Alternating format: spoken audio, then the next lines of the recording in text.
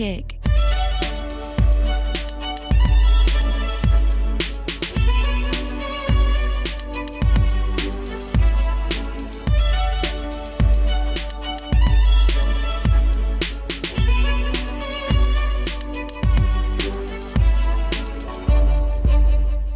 Welcome back. My name is Chris. I'm Andy. And I'm Steve. And this is Streaming Things, the number one power of One podcast to rule them all. Yeah, that's the thing we agreed on. Number one power. That's not a good look. One podcast to find them and in the RSS feed bind them. There we go. That's a handle we can get by. That's the tagline. That's how we do it here. We just finished episode 1 of The Lord of the Rings, The Rings of Power, which is a little bit cumbersome in the old mouth hole of the title there. Let's just call it Rings of Power. But that's not the title. We can call it rope. It's technically ROP, T-ROP. It's You down Trop. with ROP? Yeah, you know me. Yeah, you know me. Yeah. Any hoozle. There's 2 episodes that dropped on Amazon Prime Video tonight. We just watched the first one because you know our style. We watch an episode one at a time, and then we hop up on the mics to talk about what we had just witnessed. We had a tough time streaming this. Yeah. Hopefully that means that the show's doing very well. Yeah, we had some Vernon Durgan's problems, or whatever it was. The German error that popped up. Verenboom problem? Something like that. Yeah. It took it, like maybe 5 extra minutes for them to actually upload episode 1. at Yeah, 9 episode p.m. 2 was available right away. Yeah, at 9 p.m. episode 2 was available. Episode 1 was not. So that was Bumble number 1. Yeah. And then halfway through, Amazon just crashed and we couldn't log back on. And every time we were trying to log back on, Amazon kept giving us a different error message, but in different languages. Yeah, error messages in German. Vernon started. Yeah, we got I think Japanese. Yeah. What if they were trying to do like a Star Wars thing and nobody got it? And they're like, oh shit. Okay, let's just start with episode 1. Oh, You know what I'm saying? Like start with episode 4. Yeah. And then you go let's backwards. go with that. Yeah. Bezos. You did it. Congratulations. Congratulations. Somebody got fired. Hopefully it was crashing because it was so busy. Because Yeah, this is the most expensive show ever made. Cost over $1 billion, I believe, for season 1. It's ridiculous. Lord of the Rings, The Rings of Power. So does this mean Jeff Bezos is literally like a big fan of Tolkien? I think so. Really? Okay. I believe he is. Interesting. He's a big fan of a lot of things. Space, People peeing in Big bottles space while guy. they're at work. capitalism. He ain't a big fan of unions. No, we know that about Bezos.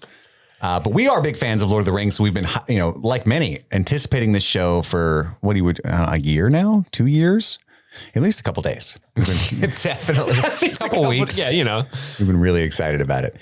So what we're going to do, for those that don't know, if you're new to the show, we've been covering House of the Dragon every Sunday. When episodes drop on Monday. And we're sort of well known for our Stranger Things coverage.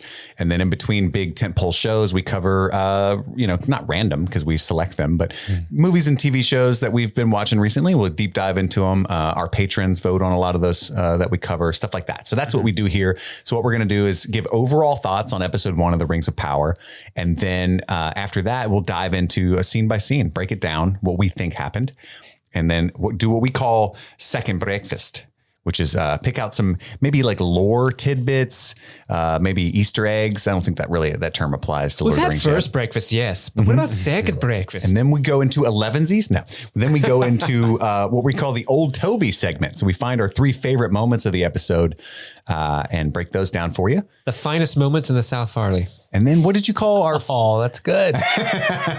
Nice. And then it was right there. I know. And I didn't pick that fruit. Steve, what is the best performance section called? The best performance section is called One Performance to Rule Them All. Again, that fruit right there. Yeah, low hanging. It's just hanging low. It's so low you don't even have to tilt your head up It's like at it. Hobbit low. Yeah. Harfoot low. So that's the way the structure of the show is going to look. So let's dive right in. Overall thoughts, no spoilers for anybody who might not have seen it or anything. Was this had an episode?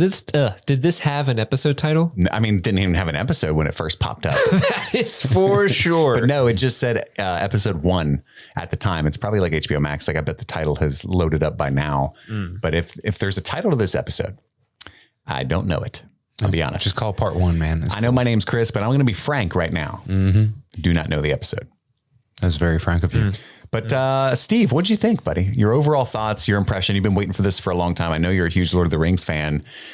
Did it live up to your expectations? Did you have any expectations? I don't know. Well, if IMDb is to believe, this episode is titled A Shadow of the Past. That makes sense. Okay. So going into this show, I was 100% honest to God, hand on my heart, worried as all hell. I was really I didn't know how the show was going to go. I know for weeks we've been hyping like we're going to cover Rings of Power. We're huge Lord of the Rings fans here and we can't wait for this. But honestly, I kept kind of looking at this venture over the horizon thinking, I'll watch it, but I don't have a lot of confidence in it. And then this morning there was that Entertainment Weekly video that popped up online and everyone was saying it was the show intro and it looked awful, like hilariously bad. Like I could whip that up in 10 minutes at work bad. Dude, I wish so desperately that was real and that like it would have been great. If you hadn't seen it, it's literally just like imagine a dark room and then one by one each character of the show just becomes illuminated in the light as they look at the camera and give a knowing nod. It's like a PBS show thing. Yeah, like a soap opera intro. A lot of people online were making really great memes of like, this is me when I'm really high as fuck at the mall walking past people and stuff like that. But luckily that wasn't the case, at least on this episode. We still got to wait till it's 100% not the intro. What if it was though? It's got there's an Entertainment Weekly watermark very clearly in the bottom right. What if it was though? Can you imagine? That'd be weird for Entertainment Weekly. Okay, so that said, I was going into the show very trepidatiously. Sure, and good word. The first, I don't know, 10 minutes, 5 minutes, fucking rocked. I love the first few minutes of this episode so much. I was like super into it. I really liked what they were doing. I think the middle kind of dips for me, like interest wise. There's a couple characters, and we'll get into the overall thoughts. I think I'm a little concerned about one very specific thing about the characters in this episode. Sure. And we'll dive into that a little bit later here. But then at the end, it brought me back. Like, oh, okay, yeah. So I can see. They pulled me back in. I thought I was out. They pulled me back in. Can I ask briefly, like, what was the source of your trepidation? Just because I wasn't thrilled with like Amazon's, what was it, Wheel of Time? Wheel of Time, yeah. Their previous fantasy jaunts. And just the idea of taking this lauded, just incredible film franchise that we all know and love, like to a T, right? Like there's so much about Lord of the Rings that were important to all of us our age kind of growing up. So I was kind of worried, like, how are they going to... It's big shoes to fill. Very big shoes. And I think it's impossible to fully fill them. But luckily this first episode eased my mind a bit. We could stuff them. Yeah, we can stuff them. We could put like some fun little special effects and stuff those shoes. You know what I mean? Mm-hmm. Like some socks. But overall, I left happy. I think if I were to give it like a grade, I would give it like a solid B. First episode. And I'm interested to see if they can keep going on the success of only getting better from here. Awesome. Andy, what were your thoughts on episode 1, The Shadow of the Past? Chris, I'm glad you asked. I fucking loved it. Dude, it was so good. It was so good. I also was very trepidatious. I honestly thought this was going to be kind of bad and that we were going to be stuck in it for the long haul and that the podcast was kind of going to turn into making fun of this show as it continues and stayed bad. But we'll still lovingly make fun of it. Yeah. And we were anyway. That's the best part about watching the show with you guys or any show that we watch together. Like, even if it is fantastic, we are sitting there making fun of it while it's happening because it's just a good time. So listen to our previous Lord of the Rings episodes for the movies, and you can tell just how much love we have for that series, but we still kind of poke fun at it all the time. Yeah. I can't wait to start doing the watch alongs for the Patreon because it's going to be a lot of fun to get to share those little moments with us. But no, I also was very nervous that this was going to be awful. And, in some weird part of me that's always like a purist and I'm like, oh, the original was good. Leave it alone. I don't want a sequel to The Last of Us kind of thing. I was like kind of hoping that it wasn't going to be that good because I'm like, you deserve that, Jeff Bezos, for trying to pick up where Lord of the Rings left off. But no, it's really good from like the very beginning when we get like the once again Galadriel opening monologue, and every character that was introduced I care about, and I feel like I understand like motivation and where the story could potentially be leading them. I don't know all of their names, which is really weird, but like if we didn't have subtitles, then I would be struggling to know who just about anybody but Galadriel was, and Harold. But no, I think it's fantastic. I think that the design, tone, and general vibe feels like Lord of the Rings to me. And I had a fantastic time with it, and I can't wait. It's a solid A- for me. A-, we got B, and we got A-. Chris, it's all down to you. Since when did we give fucking letter grades? I don't know. You started it. He did. I He did. started a new tradition. I did. That's a short slang for tradition. Thanks. Thank you. I wasn't trepidatious. I was kind of ambivalent, right? Like I definitely think that the Wheel of Time was an epic failure. Did you finish it? No. Yeah. And I rarely don't finish something. If I watched 4 episodes of that and just kind of lackluster the whole way for me. And I read book 1 of the Wheel of Time series. I wasn't like a hugely invested in the Robert Jordan series, but I knew of it and I wanted it to be good. I always want something to be good because I want to have fun. I want to enjoy it and spend, have a good use of my time. So anyway, but I was hoping it was really good. And I knew with the money that they spent, it was at least most likely going to have great choreography, great acting. And it does. It's gorgeous. The costumes are amazing. Like Steve pointed out, like hopefully this will take off because we'll get a lot of really cool cosplay. Was that Andy? That was Andy. Yeah. Andy said that. That was a good, comment because like the armor, the costumes are great. I think it's really well written as far as dialogue. Dude, Arendir's chess piece is so badass. I want that. Yeah, it's beautiful. And I thought the dialogue was really good, which is almost the toughest part. And I think in high fantasy, because you try to capture, even though it's not based on our universe, so you can make them talk however you want. Almost everyone opts for like what we perceive as like medieval English, right? Yeah. Tell me, where is Gandalf? Well, I would much desire to speak with him. Because you need that, because if it was high fantasy and elves walked up like, what up? So, dude. It'd be weird. So, but it's often Weird or awesome. It's often kind of corny. What it is, my elves? So, I had a great time. I think I'm closer to Steve's estimation of episode 1. Like I thought it was great. I was very entertained. It wasn't like a complete knock out of the park, but I think that they dropped 2 episodes, and though this is technically the pilot, I think they fully intend you to binge them both. 100%. Because of the way we do our podcast, we stopped after episode 1 to cover it. So I think that once I finish the second episode, I'll be 100% sold on what's going on. That's my theory. So I'm more toward the BB plus. I'm going to give a letter grade. Or BB-8. Because there was some drooping there for me. But also we had all those technological issues where, like the episode crashed, the app crashed several times. Had that Van Durger's problem. Kept taking me out of Linden. So yeah, those are our overall thoughts. Generally very positive from all 3 of us. We had a great time. We're excited to keep watching the show. Hopefully you enjoyed it as well. Let's go into our deep dive scene by scene. And anyone that hasn't seen it yet can tune on out because this is where we get spoilers. But opens right off the bat. We get a Galadriel voiceover.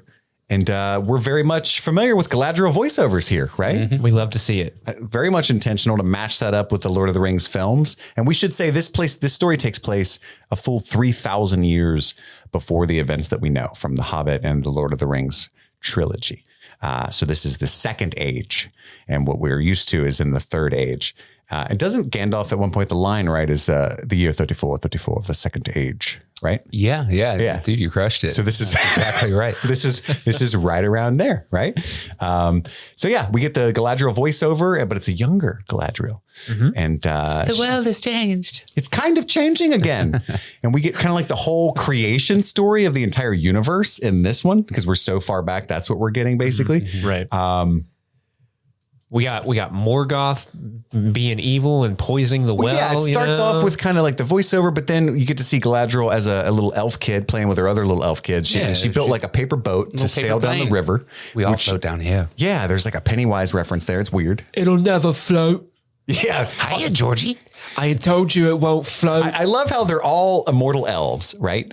but there's still like one kid who's just an asshole, even amongst immortal elves. Like, fuck that boat. That's just, apparently it's not human nature. It's just she the did nature some of the world. Awesome origami swan boat. Yeah, like the dude from Blade Runner would have been stoked. Oh yeah. Gaff would have loved that shit. Is that his name, Gaff? Yeah. That's a nice paper boat. I told you to float, but then again, who does?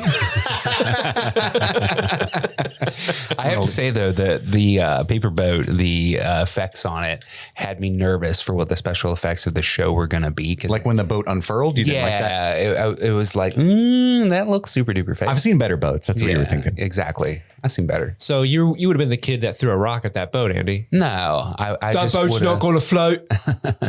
told you it wouldn't float. Hey, you threw a giant fucking rock in it.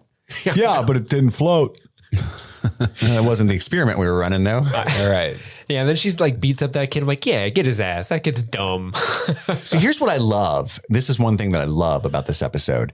The characterization of Galadriel, right? Because we get to see very little of Cate Blanchett's version of Galadriel, even in the extended versions, like relatively speaking, right? But what we do know about her, she's really old. Mm-hmm. She's really powerful. She's very beautiful and very kind, but at the same time has a raging temper, like a darkness about her that can surface. We get to see that in the Lord of the Rings movies. And they... Instead of a king, you would have a queen. Dark but beautiful. Powerful as the storm. Something like that. And then we get to see that in this, like in both the young girl version of Galadriel and the older woman version of Galadriel, we get to see that fiery temper. You know, the little kid knocks the the asshole kid over and she knocks the dog shit out of him. She's about to pummel him until her brother Finrod shows up. I just thought that was really cool. You know, I thought, hey, I can actually imagine this being the same person as the Galadriel I know. Mm-hmm. That's a good start, right? Oh yeah. And then, essentially she has a long talk with her brother Finrod. He basically cheers her up, gives her a great metaphor about, how boats float and why rocks sink. He's completely ignorant of physics. I'm going to be honest. You know why a boat floats and a ship or a rock doesn't? Rock's always because a rock down. looks down. She's like, is that how it works? Are you sure? Andy, you didn't know? I don't. You didn't know about the rocks always looking down? I mean, we all saw everything everywhere all at once. Rocks do have eyes. All boats look up. That's why they float. Yeah. So then she gives him a pep talk and she asks him, I forget, something about the boat floating, probably a deep physics question. He whispers his answer and we don't get to hear it. And then he says that the boats look up to light, and she says sometimes the light's just reflected just as brightly by the water. Yeah, that's how right. am I supposed to know which way to look? And then he gives her the answer, but we don't get to hear it yet. And then very lost in translation of them. Yeah. The voiceover starts to talk about Morgoth. And Morgoth is a Valar. And the Valar are basically gods. They were what existed before the universe existed. And Morgoth is one of them. Apparently he's an asshole, like the little kid with the rock. And so So what you're saying is we need less goth. Yes. Thank you for being ready with the rim shot that time, baby. I got the appropriate soundboard ready to go, my guys. You've had your finger just hovering over that button for a minute. As soon as I wrote Morgoth, I'm like, oh, I fucking know. So I know what's going down. Morgoth starts wrecking house and starts to kind of destroy or raise hell on Valinor. And Valinor is like heaven, basically. So this is like a celestial battle that the elves are privy to at this point. Yeah, he poisons their light, literally. Like the light of their world. They never had darkness before. Yeah, the light of their world is literally being broadcasted from, I guess, the world tree. I'm not super steeped in the lore, so forgive me because I know these things have names, but I don't know them. And he literally poisons them and creates the darkness. And they didn't even have words for death. I'll educate you on the tree in the second breakfast. Second breakfast. Second breakfast. Oh, I can't wait. All I'm What saying about is that some designer played a little bit of Elden Ring because that tree was ripped straight out of Elden Ring. I mean, how many different Or was fantasy trees Elden can you Ring have, bro? ripped straight out of the Silmarillion. Boom. Yeah, this is a much older text, Andrew. Probably right. And George Martin wrote Elden Ring, right? Yeah, Really did. He helped write it with Miyazaki. Huge fan of Tolkien, for Oh, sure. really? Oh, I didn't know that. Yeah, really? I did not. Well, educating you, my guy. Literally, Lord of the Rings, my fandom literally begins and ends at the movies. Like I've tried reading the books, but I can't read them. They're too dense. And You should read The Hobbit. It's for children. Book. It's thank you. No. It's for children from like the fucking 1950s. So it's like pretty dense for a kid's book. But it's It's really, a much really easier read than the trilogy, but the trilogy is actually, it's got some like long-winded, verbose passages. But the Silmarillion, with the text on which this is based, like the ancient history of the world, is unreadable. Unreadable. It's like reading the Bible for fun, right? Yeah. Which literally no one does. No. But so anyway, the elves leave Valinor and they go to Middle Earth, a land that we're familiar with. We see some like montages of them battling with orcs. Finrod falls. Dude, that quick little battle that they show where the fell beast like takes down an eagle, but then the eagle crashes through like a burning something and then catches on fire and crashes to the ground. I'm like, oh, okay, oh fuck yeah, here we go. Yeah. I'm all about this. I like fell beasts. I love seeing a fell beast. I love seeing the eagles. I like The eagles. eagles are Dude, here. that was such a beautiful shot to like Findor like fighting, screaming out whatever elvish thing. Finrod that they didn't translate it, but like his eyes are tearing up and like it looks like they're losing the fight. And in that voiceover, they're saying like that the battle destroyed Middle Earth and that they said it was going to be quick and it lasted centuries and stuff. And like the voiceover and like the beauty of that shot pulling back and like it just looked so good. Yeah. And like that was when I was like, oh, we're back. It felt so good to settle into the Lord of the Rings feel. There's a point when one of the orcs that he's fighting just gets like an arrow in the mouth and he turns around and stabs two orcs in one go. Yeah. To me, that was like so like, oh, this feels just like the action from the old movies. Like even those orcs look so dead on. Like, oh, it was that one scene really is what really kind of sold you on it. Yeah, I was like, I'm in. Yeah, I'm fucking in. I saw an eagle on fire. I'm in. He chugged all the Kool-Aid. I did. I like the writing. I love the line where Morfydd Clark, as Galadriel says, we didn't even have a word for death. And then, fast forward a little bit later, during the midst of that battle, you hear her voiceover say, we learned many words for death. And then it cuts to this like gigantic, grotesque stack of skulls, like a mountain of skulls, which I presume are elf skulls. That shot reminded me of 300. Just that shot. I said that when we were watching it too. I think it was helmets, not skulls. Yeah, it was helmets. Yeah, it reminded me a lot of that too. They have like the stack of the bodies, and then they like push it over or something in 300, right? I don't recall. Over the cliff. Yeah, it was like a trap. But yeah, stylistically it reminded me. Well, it was probably shot on the volume, right? Possibly. I mean, a lot of this. So that's where you're getting that like 300 vibe because that was 100% digital. Well, I think it was just the composition of like this like insanely over dramatic pile of helmets and then just the composition of the way the shot is felt. And then also it was like filmed with like in a very sepia orange and gold color palette. Yeah, it was very operatic, like much of the tone of 300 was. I can definitely see that. But just that like one shot, really, like that's the only time I was really thinking like, oh, this is like 300. Yeah. And then we find out Sauron exists, right? Who is someone we know. Another amazing shot. And he works. Oh my God, that was cool. Which one? That was so cool. When it's like, I think they're in some sort of cave looking out the mouth of the cave and the camera's kind of sweeping over the hordes of orcs and they're parting ways to make room for Sauron and his silhouette is captured in the mouth of the cave. Oh, hell yeah. Like a dark sorcerer or something. It was super badass. And he works for Morgoth. And Morgoth gets defeated, but not before Sauron kills Finrod. Right. And leaves his little pitchfork, his calling card symbol on there. Yeah. He's like the Joker of this world. It's a cool symbol. Want to know how I got these scars? That's Sauron. Oh, please. I hope not. What are you going to do once you conquer the whole world with the one ring?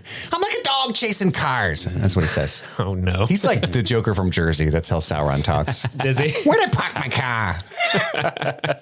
I need some fucking orcs over here. So then we cut to Galadriel takes the sword off of Finrod's dead body. So hopefully it's not like a ceremonial thing where they get buried with their swords in Elven culture because she took it. But that was symbolic because she took his sword. So his mission was to hunt down Sauron. And now Galadriel has taken that upon herself. She becomes the commander of the northern armies, I think is what it said. And she starts scouring the earth for centuries, literal centuries, looking for Sauron because they were defeated, but some of the orcs dispersed and Sauron left. And so there's still evil afoot out there somewhere, right?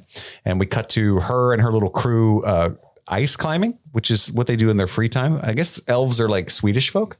They just do that for fun. Is that what Swedish folk do? Yeah, so man. We have listeners in Sweden. Let us know, but almost guaranteed you climb a lot of ice, right? Weird. That or you're a chef. Yes, two things. That's the only two things. Yeah. And then we got Paul Dano looking guy wants to give up. It's like her second in command.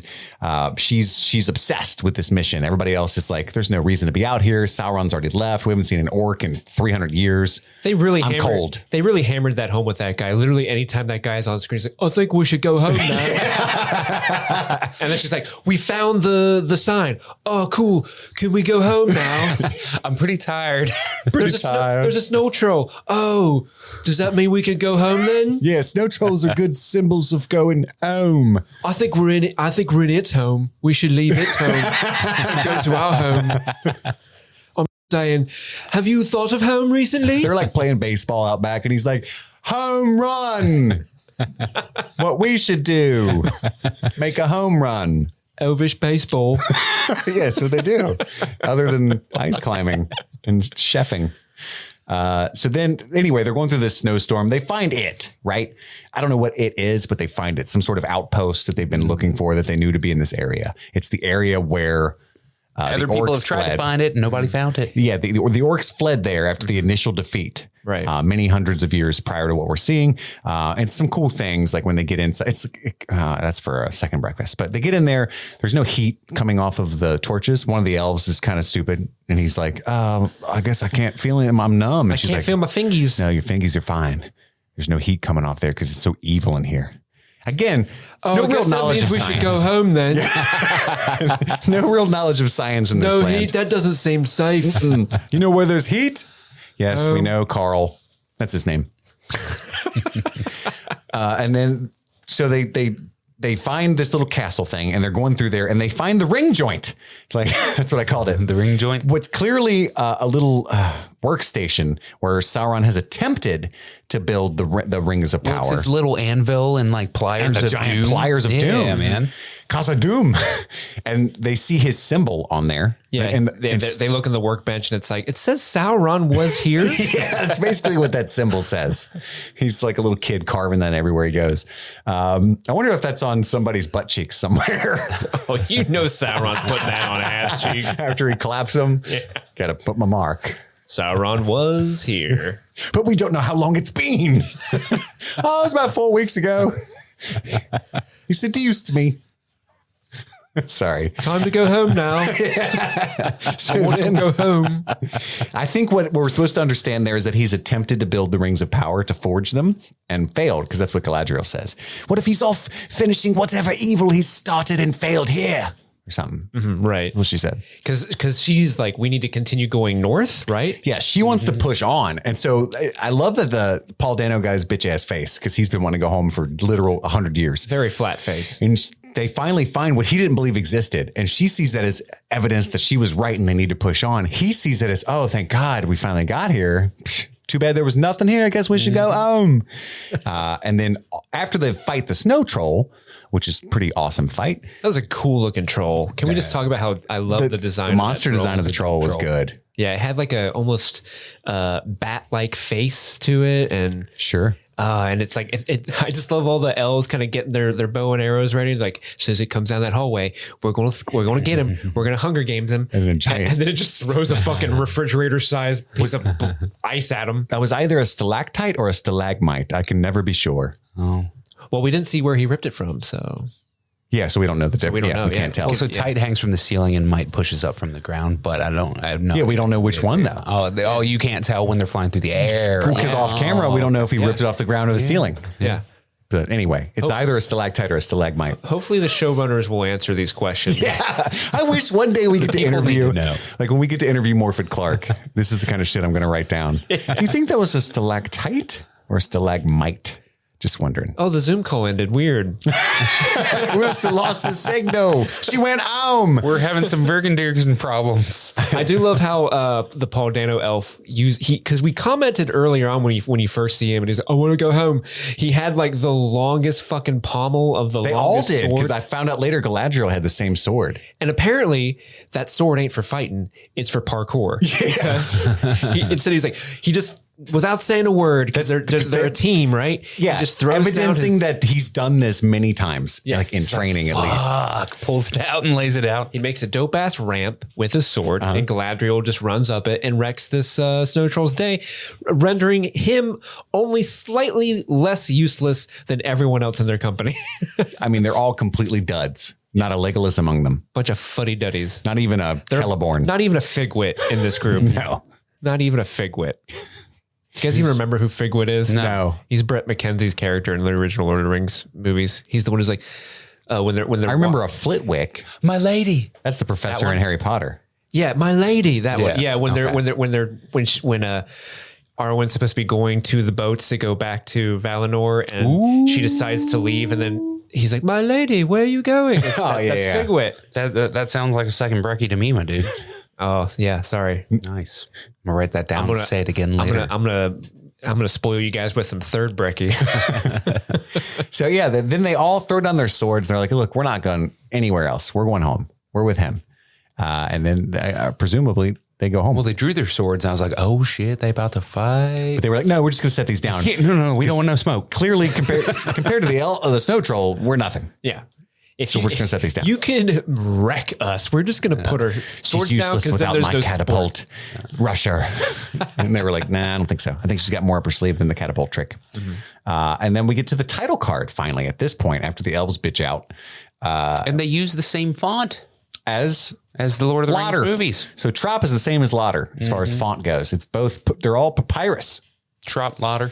the new Avatar ditched papyrus. I'm just telling you. I saw that. Yeah. Very disappointing. Very upsetting. Yes. Very upsetting. At this point, they should have leaned into the meme. Yeah. Somebody should have told James. That's what you do at this point. You lean in. I know what you did. It's like HBO Max content. You lean in. Lean in. Yeah. It's not, he pulled a Discovery. Avatar, that movie from Leaned like back. years ago. Yeah. And we cut to, after the title card, we get some like moose people, like two guys with some giant moose, or there's antlers. Are those still considered antlers? Yeah, I think. Those are some monster fucking antlers. Yeah. Monster moose as like a backpack thing. I don't see any practical function for them. Are they, Unless are they aesthetic? they're hunters, so maybe they're trying to like blend in with the environment. We're just a moose. Moose. We're just two moose. Just moosing around over here. What if they're rattling some using dags. the curvature of the moose antlers to bounce the sound up to their ears so they can hear? I was trying to figure out the practical function. Are they What if they humans? What if they use the antlers to rattle your dags? Yeah, they do. They are dag rattlers. We dag find that out. rattlers. There's some good, like, I assume, cursing in this show. Some colloquial curse words or idioms, if you will. Yeah, I don't know what rattle your dags means, but as soon as that dude Apparently said it it, I'm means- like right in the. So here's my theory. Dags are feet, Oh, get your feet, get moving, and rattle your move your dags ass? is let's get on out of here. Yeah, Okay. rattle your dags. I'm going to start saying that when we got to leave in a hurry. Come on, guys, rattle your dags. Let's rattle some dags and move on. But were they humans? That's what I didn't know. Yeah, I looked think human. so. Okay, so they were men. They were definitely travelers of not of that area because Later what confused me is we travel to like the land of men, Southlands? like, about a half an hour from now, and it seemed really far away from where we're at with Nori and the gang. Nori and the gang do say like they obviously don't get a lot of people not from their Hunters. area, and Yeah. they're using the travel of the hunters in some way to kind of tell what time of year it is. I think, Yeah. because what's his name, Sacco? I wrote his name, but I can't find it in my notes. Sadok.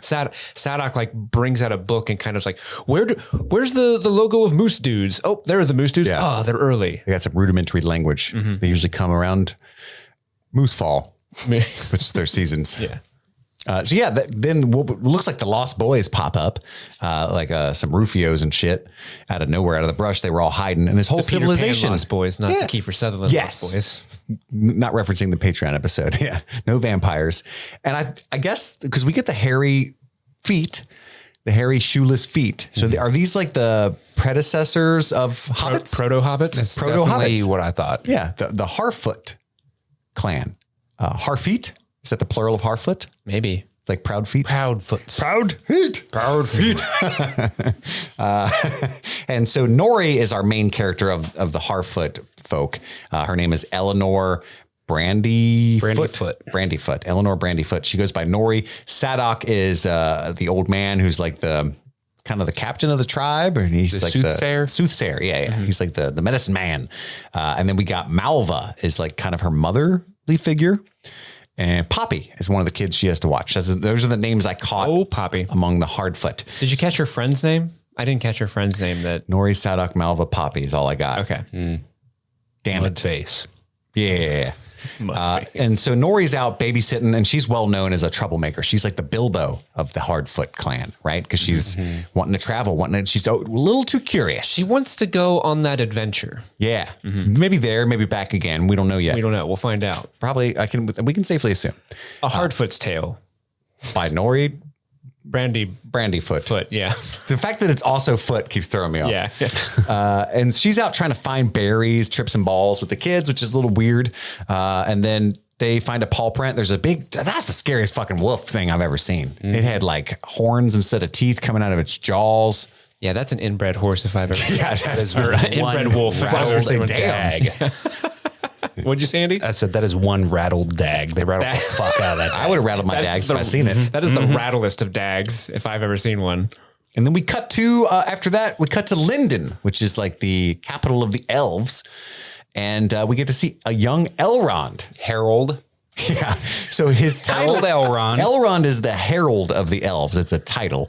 And Steve thought his name was No Harold. shit. He said, I had no idea Elrond's name was Harold. I was laughing. Are you telling me that for all these goddamn years, we haven't known that Elrond's full name is Harold? Yeah. His full name's Paul. Hanging out with old James Gandalf over here. James Gandolfini. James. That was great, guys. Some great improv there. But Elrond it's just his name, right? Yes. Okay. His name is Elrond. He doesn't have a longer surname in Elvish that they just don't talk about. He in is the no. films? Well, I'm sure he has a last name of some kind or something, but I don't know it. Okay. But his name Cannot is be pronounced by the tongues of men. But he is the herald of King Gilgalad, High King Gilgalad. So he writes all the king's speeches and stuff. And that's what he's doing when we first see him. He's laboring over a fire-ass ceremonial speech that the king's about to have to deliver. And he gets told that his buddy Galadriel has just arrived. And some weird line about how he's not allowed to attend the council. But then he was there, so I don't know what's up. I'm confused by that. But we find out. I loved what you said when we were watching the episode, and the woman's like, "You're not allowed to attend the council," and you're like, "But it is a council of Elrond." Right, like literally, what? But Rivendell doesn't exist yet that I'm aware of, so he's no big deal yet. One day. That's 3,000 years later. One day. Council of Harold a couple of times. They're like, we need to change this. Yeah, this name's terrible. So we find out. I think that actor that plays Elrond in this, I'm scrambling to find his name, Robert Aramayo. I hope I'm pronouncing that correctly. I think he does crush the young Elrond look. Oh shit! I think I just remembered where I knew him from. Didn't he play a young Ned Stark? He did. Yes, he did. He did 100%. I was like, I know this face. Absolutely. That's awesome. It's also in the King's Crossover. Man. How about that? Who was he in The King's Man? He played Sergeant Major Atkins.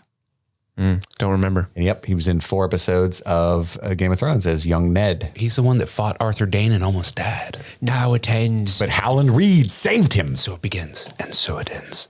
So any hoozle, we find out he's Galadriel's friend, which is neat. And the High King is pissed. So basically Galadriel shows up thinking that she's going to get the High King's support because all these bitch ass elves left me. And he's like, actually, you've been frank. I'm going to be frank. You're keeping it real. I'm going to keep it real. High King was on their side. He thinks that you're on some bullshit, running around, spending elf money on these voyages. So basically everybody wants to He was being magnanimalistic. Magnanimity. Magnanimity. His magnanimity. He's been treating you with some magnum opus. That's the word. You nailed it, Steve. Crushing it. Comely. That's just, Harold couldn't have said it better. So basically the High King wants to put his head in the sand, and most of the elves are in agreement. Look, we don't know where Sauron is. We don't know where the other orcs are, but let's just put this behind us. Okay. We haven't seen them in centuries. Fuck it. Let's party again. Let's go back to Valinor, toot some of that Afrin seed. We're going to launch so many fireworks. So many goddamn fireworks They are tonight. awesome. Let's just party. Gandalf would have been proud. So we cut back to after that. He convinces her, don't say that to the king. The king's going to pretend like you didn't piss him off. He's going to award you some things, make you a hero of this. He's got this campaign. cool little hat. He made it himself. He's been working on it all night. It's made of leaves and stuff. You'll see it's great. If you don't like it, just pretend you did. But don't worry, he's going to give a fire ass speech. I wrote it. Just pretend everything's good. That's his advice. I love how they keep cutting to him as he's saying the speech, and Elrond's like mouthing it like, yes, Yeah. I crushed it with these words. He did. And we had to find out the sentence that he was working on was finished and perfect. And we cut back to the Brandyfoots, or Brandyfeets, depending on how they pluralize it, and the Harfoots rather, but the Brandyfoot is the family. The Brandyfoots of the Harfoots. They're busting up snails, and she's talking to Malva, and basically Malva's saying, "You're always on some bullshit, wanting to go other places, being too curious." Malva the mama. Malva's the mama. And then Pappy the papa. This is where the feed for Amazon Prime froze for us, and it was really funny because it was when She hands her the berry. Nori starts to walk away, but then turns back and then puts the berry on the table, and it cuts to Malva's face, and just the way like the stream froze for a second, it seemed like there was just a really long take of her just pissed. staring her down like, "You give me a fucking berry? Are you kidding me?" Oh, it froze, but it was a really funny moment while we were watching. Yeah, it was. It was a good time to pause. Well, speaking of good time to pause, let's take a second, do a little business news. You can follow us on Twitter at streamingthingspod. That's the whole podcast. You can follow me, Chris, at Movies Are Therapy, like Toys R Us, and Steve at Steve May 13. Andy. At Andy Most Days. You can also follow our other shit. Oh, we're on YouTube now. That's very important. You're looking at us right now, potentially. So every podcast episode that we do that's not for the Patreon feed is going to be on YouTube at youtube.com/a bunch of random numbers, because we didn't buy the URL yet. Well, no, we need to get enough subscribers in order to be allowed to have one. So subscribe to us, my guys. Please, we need one. All the video feeds and stuff. So all the podcasts will be available in video form, and eventually we might start doing some extra special videos and stuff. That's down the pipeline. You can also support the show financially. That would be wonderful. Help stuff like that happen by going to patreon.com/streamingthings. But that's not just for us. That also helps you, because there's a bunch of tiers and rewards. You can just support the show a little bit. You get our gratitude. We just for $1. We just debuted brand new tiers with brand new rewards, such as watch along parties, access to the Discord, personalized voice memos from some of your favorite Streaming Things characters. Really cool watching all the listeners and stuff interact in Discord and kind of hang out with each other, because that's what we've always wanted to do, is build this community for people to nerd out and have fun. And it's been really neat, because they're all in there all excited, like, "Hey man, what's up?" It's really cute. It's fun. Super fun. And we've got higher tiers where we're giving you get merch, free shirts, stuff like that. You can tell us stuff that we have to watch, which is a really interesting tier and reward. We had a poll recently, or a contest rather, by following me on Q, and Julia P won that. And we found out she's going to have us watch Mystery Men. Hell yeah. And Steve was so excited after to hear that. I'm stoked about it too. Yeah. I can't wait. That's a movie I would never have thought anyone would suggest to us. And as soon as you said that was her film choice, I was like, oh yes, that, like, so many memories of my like youth just came to me, because we used to watch that all the time when I was younger. Yeah, I was talking to Andy. It's like, all I can remember is that Kel from Kenan and Kel is in that. Yeah. But so I'm really excited to watch that again. So stick around for that review and breakdown. That's coming soon. And that will be on the main feed. That's not like a Patreon exclusive. Yeah. That is a main feed episode that all of y'all will be able to hear. And one of those, one of those tiers allows people to do that pretty frequently. So that's one of them as well. Again, that's patreon.com/streamingthings. But if you can't afford to financially support the show, trust me, no one understands better than us. We're all very, very poor.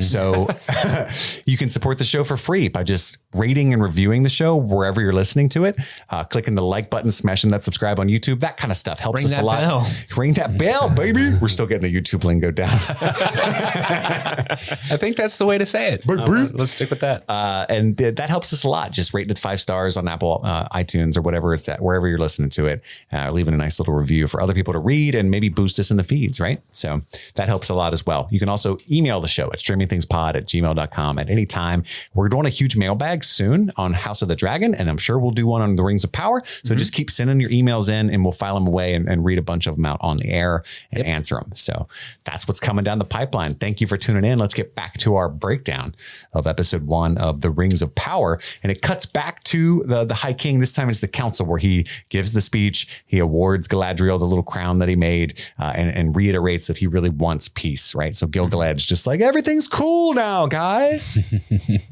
Darkness isn't around anymore, so that means we must party. I've made you all leaf hats and also macaroni paintings. I know, he's like a super nerd. That's what his party is. Like, there's going to be little hats and some fireworks at dusk, and then we're going to go to bed early and go back to Valinor.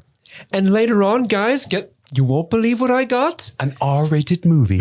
Yes, we're going to watch Porky's. Holy shit. That's a good one. That's very R-rated. Like Paul Dano's definitely going to go to bed. Like I want to go home now. He's going to have a pillow in his lap for sure. I want to go home now. I need to go. So there's the ceremony. Yeah. And for Galadriel, it's bittersweet because she's being heralded, LOL, as this hero of the campaign, but really she doesn't feel like she's honored her brother Finrod because she has not found Sauron, right? So she doesn't want to go back to Valinor. And that's her reward, is to basically return to Valinor, which is heaven, where she can live in peace and serenity for eternity. That's her choice.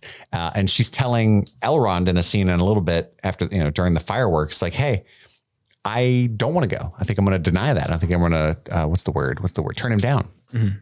Refuse. And Elrond's like, are you crazy? You don't want to go to heaven? Don't deny before you try. And try before you deny, man. Heaven's probably dope, man. And she's like, what if Sauron's a little girl, man?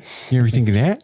And so she wants to chase Sauron, wants to refuse the gift. Yeah, they're in this like, what would you call it? Like a little forest, like a Kingswood or something? A glade. Ooh, yes. Or a glen? Something like that. But it's all the trees they have kind of etched and carved, assumedly, all the elves that have died in the war. And there's even a statue of Finrod. Yeah. And she kind of laments, like, I always thought I would join them. Like, that I've been carrying this fight with me.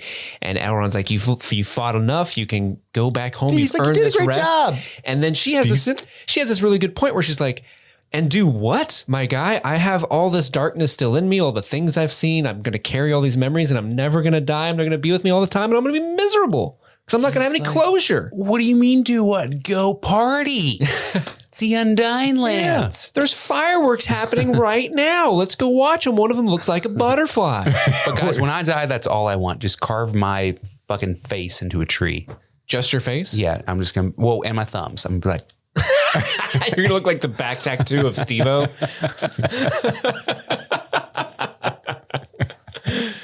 Okay, man. You know what? I'm going to write that down when the time comes. I'll do right by you. Thanks, man. I'll do right by you. Ultimately, he seems to convince her that she's going to go to Valinor, right? He's like, his great argument is, look, if you're wrong, and the implication is that he very much believes that she's wrong and that the evil has passed. If you're wrong, it's a huge waste of your time. You're going to turn down eternity in heaven. So why don't you go? If shit pops off, I'll handle it. And then you can see in her eyes, she's like, and write a fucking sonnet about it? What are you going to do? Because Elrond hasn't grown his hair yet. So presumably he doesn't use swords or anything yet. No, I'm going to throw my daughter's boyfriend at it. That's what I'll do. He hasn't mastered the eyebrows. That's the problem. You know what I mean? He's not going... As things walk past him. He's not doing the Hugo Weaving eyebrows. He's got to work up to that. He's still young. He's still young.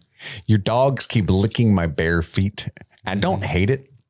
It ain't bad. But it's hard to concentrate. Are you rattling my dags?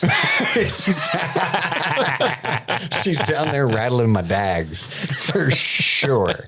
And then we cut to the land of men. And of course it's in the South. Of course it's in the South. No offense to our Southern listeners, but I just cracked It's up. In the South. They sided with the wrong people. And they lost the war. Oh no! For states' rights, and this cuts then you got to this carpetbagger of an elf walking through town, and it cuts to this fucking toothless old man like playing Middle Earth chess, like Caraxes in 3 or Carace in 3, and they've even got that like. What's the dialect? It's cracking me up. I love it. It's hysterical. That's the land of men, and so. They cut to this bar and there's a bunch of sad Southerners and they're drinking their woes away. And one beautiful woman. And then Arendir, we're introduced to Arendir, the elves. And so the whole point to understand about this next whole sequence of scenes is that the men joined in the battle with Morgoth. And so now the elves spared them, but they're kind of like they're occupied by the elven nation, right? And so for 79 years now, they've been watching over the men. At least Arendir's been doing it for 79 years. So over one generation of men have been under the elven rule in this part of the world. And there's kind of a bar fight because obviously a lot of the men resent the elves. And so one young guy stands up and he's like, "Oi!" That dude committed a huge party foul because he slams his mug of ale Spills his own on the beer. table, Yeah. and it goes fucking everywhere, man. It's like, dude. Then he gets a second beer and throws that. And that's when the dude almost punches him like, 2 beers, I gotta mop up both of these. 2 goddamn beers. I love that. He's basically like, quit holding us responsible for our ancestors' mistakes. It's like, that sounds really familiar, Yeah, this is the guys. whole scene was like, oh. But he goes outside. It's about heritage, guys. We can introduce to Bronwyn, who's the healer in the village. And you can already see sparks are flying between Arondir and Bronwyn. Electric. And she gives him some blow. It's the weirdest thing. Yeah. For a second, it looked like she was like, here, take a bump of this. She calls it, dude, he pours it out. He's like, oh she shit. dumps the powder in his hand. She calls it alpharin seeds, but then she's like, but you got to crush them up. And he's like, crush him. I'm like, oh, so it's like Adderall balls. Yeah. So I don't know what's going on there. But she's a healer. She's like, only take a half of one. She likes to party. It's your first time. She's a healer. He's a grower. Exactly. I know. And we find out later he's a grower. So maybe that's what that is. She's like, if it doesn't go down in 4 hours, call me. I don't know why she's Irish now. That's the Harfoot. Yeah, if it doesn't go down in 4 hours, Arondir, what were you back back home? I was a grower. And his sergeant's like, Yeah,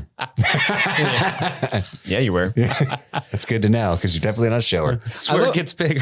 I loved how doesn't she ask him at one point, like, do you guys have healers where you're from? And she's like, he goes, we call them artificers. And then he has this really interesting explanation as to like why they call them. I can't remember it off the top of my head, but I remember elves thinking like heal very quickly of most of their wounds without the aid of any kind of healing ailments or treatments. They're basically plastic surgeons. Yeah, to make them heal prettily is the artificer's job. prettily. Because he said beauty helps the soul. Yes. Which I've always appreciated the elven people, like the paragons of truth and justice in the American way.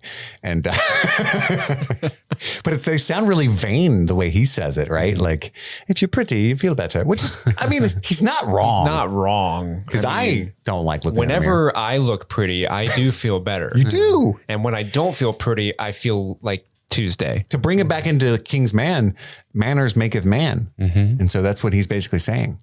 Looks maketh elf. Yeah, indeed. And then we also in the bar, there is a line where I didn't really understand it at the time. I didn't understand if like he was trying to imply that the barkeep was going to poison him or something like that. But essentially there's a rumor a man traveled that his grasslands, his farmlands out east were dying unexplainedly. Right. And the elf Arondir seems very interested in that. And that's all we hear of it for now. Yeah, because they're on the lookout for the bad omens of their predecessors coming back. Because these are the people who sided with Morgoth back in the day.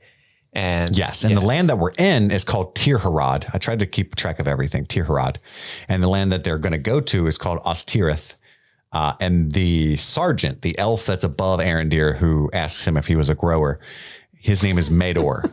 And so that's important to know, perhaps. His boss's name is Mador. And that's when they find out it's over. The scene with Gilgalad is, the news from that has traveled to them. Hey, it's over. We're going to go back home now. And then the Paul Dano guy pops up out of nowhere and he's like, yeah, go home.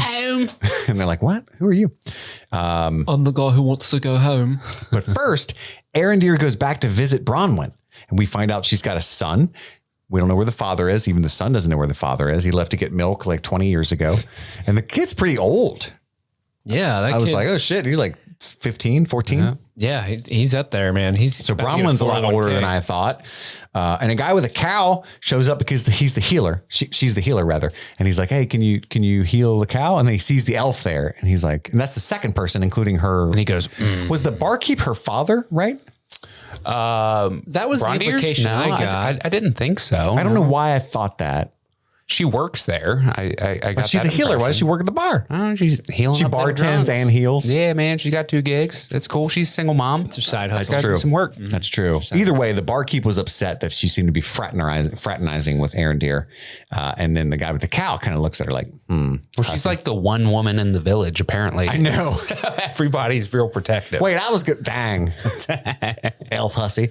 And so You heal pets too? and then Arondir just boldly walks out, grabs on the cow's udders and starts jerking. And then we get a lot of like evil sludge. How unsettling is that to see black goo like ooze Not a good out look. of a udder?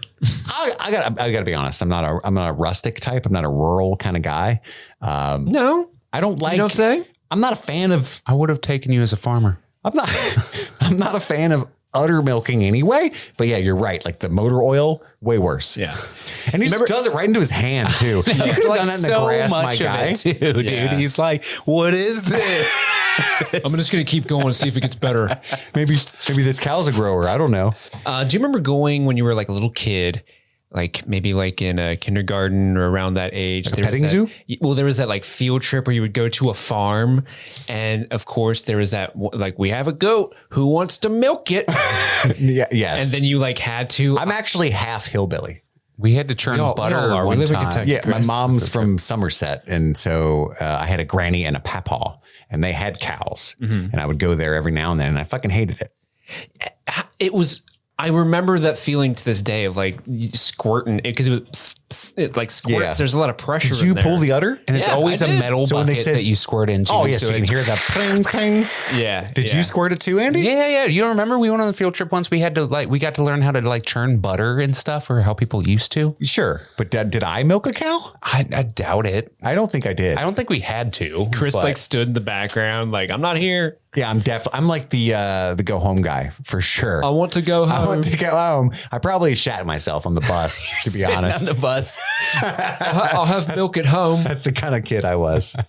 And then they head east, and for some reason he takes Bronwyn. He's like, I'm going to go see what's making this cow squirt motor oil, and Well, she she's kind like, of forces herself to go with I'm it. coming. Yeah. And he's like, you know what? I was going to tell you how hot I thought you were, and see if you'd be my girlfriend. And so that's fair. Let's go. I can talk to you about that on the way. So it works out perfectly. And then we find that fucker from earlier in the bar, and her son are in a barn, and they find. Oh, that was the same guy? Yeah, it Yeah. looked like it. Yeah. Oh, I thought that was a completely different kid. No, Oh, okay. He's just an overall sad asshole because he starts giving the kid shit about how he doesn't have a dad anymore. He gets drunk and then goes picks on kids. Yeah, like what's going on right now? He's old enough to drink, but he's hanging out with Charlie. You ain't got no dad. Yeah. Got any mustard and biscuits? Mm-hmm. What were they doing? They were looking for the Playboys, but instead, under the floorboards, they found like a sword shard, which I assume is like Morgoth's sword. Yeah, sort of, because it has it has Sauron's little brand on it. His little Sauron was here. Or it could be Sauron's sword. Could be.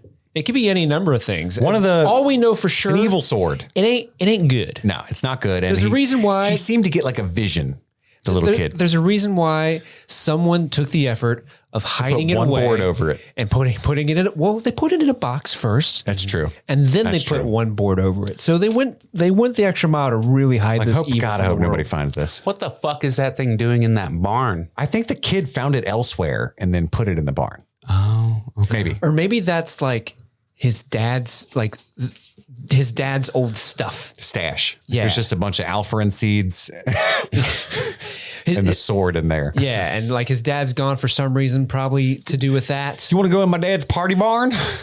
Sure. My buzz is wearing off. I got embarrassed at the bar. Yeah. And we cut to Galadriel on a boat. The boat's heading to Valinor. She's with all the other creepy elves that are going to the Undying Lands. We'll They're all- finally get to go home. we can't move on the voyage. We must stand like this. I mean, I'm not complaining because we're going home, but are there chairs? Did they train? Like, is there like a going home boat training seminar? Because no one messed it up. You'd think there'd be like one guy in the back that starts to like look left at somebody. Hey, That's not what we practiced. we'll turn this fucking boat right around, Chuck. That was part of the deal. You Turn get to this go damn back to bus Valinor. around. And then we cut back briefly to Elrond, and he's there with Gil-galad. And I don't know I didn't understand this scene. Gil-galad's kind of creeping me out. And he's like, hey, Elrond, I'm going to have you train with Lord Celebrimbor, the best elf smith in the land. And it's just like kind of Hello. way, and then he pops up out of nowhere. Hello. I'm Lord Celebrimbor. I figured. I was standing behind that tree. Yeah, I was waiting for my name to be said. I don't know if that's actually how that guy sounds, but in that fake Entertainment Weekly show intro, that character does this like funny little wave that to me just says, hello, Look at me. this. Calibrimbo. He was a little he was kind of a goobery guy. I'm a really great architect. I want to edit that video and add us at the end of it. Just going, hello.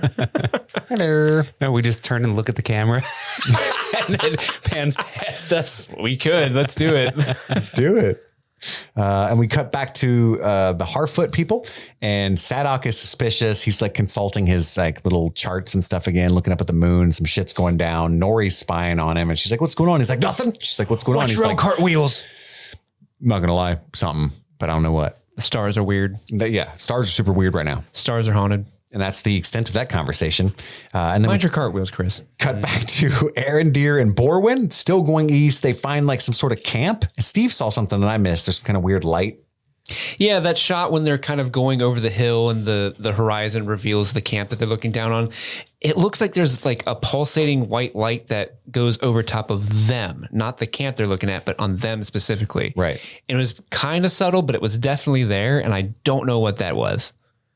But you guys didn't seem to notice it. I was taking a note about the camp right at that moment. So It was listener- very brief. Listener, if you guys know what I'm talking about, please write in so I can ease my mind that I'm not I'll probably crazy. watch this episode again before we record next. Imagine I'll watch it tomorrow. But Let me know if you see it. Keep your eye out for it. That's all I think I'm going to watch for.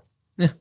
And we cut back to the Undying Land ritual. They all get to, there's like an elf lady that wanders around and takes all their swords from them, takes their armor off of them to signify, hey, no battles will be fought here. This is a super chill place. It's kind of like a nightclub or like a saloon in a Western. No, like a saloon in a Western where you have to leave your guns and stuff at the bar. Your weapons. You will not need them. Was that Yoda? Yeah. Where does he do that at? Empire Strikes Back when he's about to go into the cave. He's like, what am I going to see in the cave? Only what you take with you. A grower I am.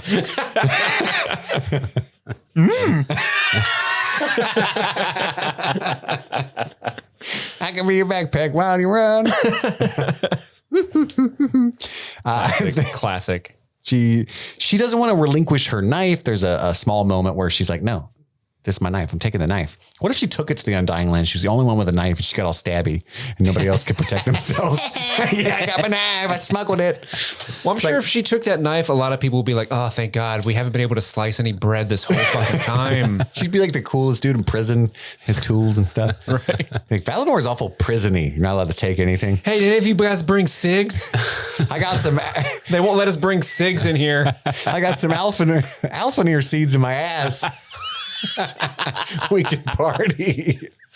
But so that was her brother's dagger that she took off his corpse. Oh, so was it it? was a big deal for like, when she's like looking back and forth between the dude's hand, which was silly to me where he's like, give me your hand. And she's like, okay, We're gonna go should home. I? Right. But then she's looking back and forth between the person that took the knife from her apparently just like dropped took it it. and then set it on the just ground gonna leave it right in the next boat. to her. But she's looking back and forth. And that's when I clicked. That's the clicked two for me. options that she has, you know, the Undying Lands or her brother's mission that she wants. So she decides, and I find this hilarious. And by the way, there's like a random shooting star going across the sky the whole time over Linden, and then all the way to where the Harfoot folk are. All the characters see it. We get the vision, the whispered line of Finrod, her brother, the answer to what happens when you see the lights in the water reflected as well. How do you know which ones to follow? He had said to her, what he had said was, sometimes we cannot know until we have touched the darkness. Mm-hmm. And so she touches the darkness, baby. She jumps right back in the ocean, the fucking ocean. How many miles did that boat? I assume Valinor is like on the map. It looked like 1,000 miles away. Yeah, they were Ocean there. away. So yeah, she's going to have to, or maybe there's like a gate halfway in the ocean. It was definitely like a cloud gate that closed once the boat went cloud through. gate. Yeah. So no matter she's what, still got to swim. She's like got to swim a long way. really fucking far away. The elves are powerful swimmers. Everybody knows that. Yeah. They also live forever. So cut to like 50 years from now, she finally makes it back over to Middle Earth. That's true. There probably is a huge time jump for her. I also didn't know that the Undying Lands were just like Westeros. You know what I mean? Yeah, it's like a continent, but you can't reach it without getting the cloud gate, man. Well, how do you get them home? You got to be an elf. You got to be a worthy elf, or like the guides have to take you, or Frodo gets to go, as does Bilbo. Sam, not so much. Figwig he did got not to make go. the cut. Did he? That's right. He was like, my lady, we're going to go party. They've got some We're seeds. going home. Alpharin seeds. We're going to take some key bumps of Alfred seeds. And if it doesn't go down in 4 hours, it doesn't matter because it's fucking Valinor, baby. My hands are numb. No, it's We're going to make some dumb boats and then throw rocks at them. I know. That guy was an asshole in heaven. I know. When you right? look back on it. Valinor sucks. For real. Yeah, bullies and shit. Anyway. Dude, if I die and go to heaven, I find my bullies are there, I'll be so disappointed. What's up, nerd? Oh, Been man. waiting on you, needle dick. Oh, man. Not again. Hi, Fred. So then we cut to Nori. She sees the meteor. The shooting star turns into a meteor. It strikes the earth, and it's like a Terminator moment. Fucking John Connor's laying there. for real. Dun, dun, dun, dun, dun. Is that Gandalf? It sure looked like him. And then Celeborn popped up in the fucking woods way off, and he's like, tell me, where is Gandalf? And they're like, he's in the hole over here. Oh, He said he would come by asteroid. Tell me, where did it land? I would very much like to see naked Gandalf. Also, where's Galadriel? Did she go for a swim? Is he a grower? Do you think so? Like, we assume that's Gandalf that landed, right? Come on, rally your dags, go get him. It's super duper looks like Gandalf. So do you think Gandalf's going to get up and look at, was it Nori that found him? Mm-hmm. Is he going to get up, look at Nori and goes, your clothes, give them to me. Just like the Terminator. That's amazing. So for those that don't know, Gandalf, parents are very dead. Gandalf is not human. He's a Maiar, which is not a Valar, but it's like not human for sure. It's a kind of almost god being right below the Valar. Part comet. Indeed. Mm-hmm. And so he was alive during the time of this story and perhaps was not in human form is what some nerds told me fellow nerds, when I asked, is there a chance Gandalf's going to be in the show? Because he kind of should be. It's a great opportunity to tie in the two properties, right? And they were like, well, it's not necessarily in human form at this time. And I was like, and they're like, he wouldn't be younger. Like the form of Ian McKellen is the form he chose. So, and we know Ian McKellen's not in the show. And so I was like, okay, but I think we should see Gandalf. So it's very possible that's Gandalf. I'm with you guys. I think it is. And again, everybody that's already seen episode 2 that's listening to this is like, Jesus super. Jesus fucking Christ. Yes, it is. Yes. But that's the thing. That's what we do here. That or it's not. And it's just a guy named Keith. And it's just like, that's old Keith. Oh, I'm old Greg. I'm old Gius. So let's get to our second breakfast segment. We try to find some lore tidbits, some Easter eggs. Steve, you got anything? Yeah. Well, this Sounded is like a ghost. I'm going to be, woo. I don't have a lot. Honestly, I think for this particular show, Rings of Power, I'm not going to have a lot of Easter eggs just because, like I said, I'm not super steeped in the lore of Lord of the Rings. Where we don't find them, we make them up. Steve. Well, the one I did write down was at one point, what's his name? The kid who was, sloshing his beer around. He was getting all butthurt. Mm-hmm. I think it was him who said something like, one day our king will return and he will lead us. And I'm like, it's the Return of a King right there. That's the name of the movie. Yeah. Nice. Nice. That's all I have. Mm-hmm. Andy, what do you got? That was a good as far one. as second breakfast? That one too. And you stole it. So somebody says the line, what devilry is this? Which is plucked straight from Fellowship of the Ring. That's a Boromir line. What new devilry is this? It's when the Balrog shows up. Very nice. And that felt like it was pretty intentional. And the only other real big one that I had was Celebrimbor shows up. And I was like, oh shit, that's the guy from the Shadows of Mordor game. So in Shadows of Mordor, you play as a Dunedain ranger who is manning an outpost near the Black Gate. And you are murdered by one of the ring raids, but you are revived in a way where you are melded with the spirit of a long since passed Celebrimbor. And so you have these that's him? supernatural powers of this elven smith. And and he is very, very important to the lore of Lord of the Rings. So I don't want to spoil it because I feel like it'll be spoiling the show. But it just him popping up at all was just this little ding light bulb moment for me, and I was pretty excited about it. Other than that, I'm pretty sure that what you talked about, the pliers of doom, I do honestly think that is the anvil, or it's supposed to look like the anvil that we see in the opening of the Fellowship of the Ring. Yeah, when they're forging the Rings of Power. It kind of ruined for me though, because we literally see the forging. One of the first teasers we got of the show was like this forging montage with like with like a real forge. Yeah, real forge molten and stuff. And I feel like those pliers were in that too, but I could be wrong. I didn't watch it. It's really cool. I think I might have watched viewing. a trailer for this show once, maybe. I don't remember it. They actually filmed real molten metal and like made a ring. Oh, cool. And like used like really close up camera lenses and stuff. So it's actually really neat. It's really cool. It is cool. It's very cool. That was the initial teaser. So I found a few things and made some of them up like we do. Like the sword shard is, if that's in the Silmarillion, that's weird to me. I feel like it's a show thing where it's just like, remember the shards of Narsil? That was a huge deal. Like, oh yeah. I think that's very much intentional. Very reminiscent of that. Yeah. We did get to see some Ents, right? We did see some Ents. You're right. Yeah, so there's some They Ents. hugged. Yeah, Ents were hugging. Yeah, when the comet was coming, They were like, hell. and it looked like it looked like an ant and an ant wife. Yeah, we never seen any Ent wives because the Ent wives were gone. Oh my God. We saw our first Ent wife. What? Yeah, because clearly an ant. We And lost them. We don't know where they've gone. Can you imagine Ent sex? We lost. Slow down. I'm about. Never mind. We Ents don't do things unless it takes a very long time. They're all tantric. Also, in the scene in the beginning where Galadriel and her bitch elves that want to quit are going through that. I just want to go home. They're going through that castle area that they found. Yeah, I got Moria vibes because they're trying to find which path to go. And she's like, it's darker down here. That's the way to go toward the evil. And it reminded me of the Mines of Moria where Gandalf is like, gets lost because he's so high on old Toby.